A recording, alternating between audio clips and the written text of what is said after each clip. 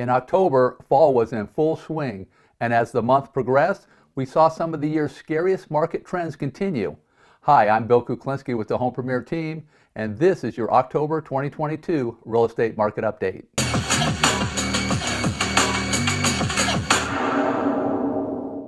This October, new listings dropped from 846 homes to 698, down 17.5%.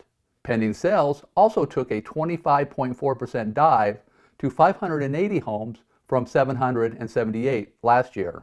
If that wasn't scary enough, closed sales dropped 29.1% from 810 homes to 574. Homes spent more days on the market during this month, a 12.5% rise from 16 to 18 days.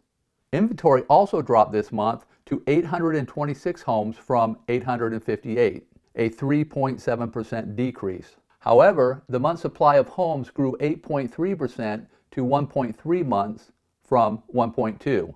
Perhaps the most frightening statistic, the average sale price of homes went up 10.5% from $293,743 to $324,666.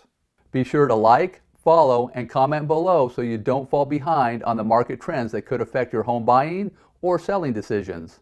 Let us know how we can help. Drop a house emoji in the comments and we'll be in touch. Thanks for watching. We'll see you next time.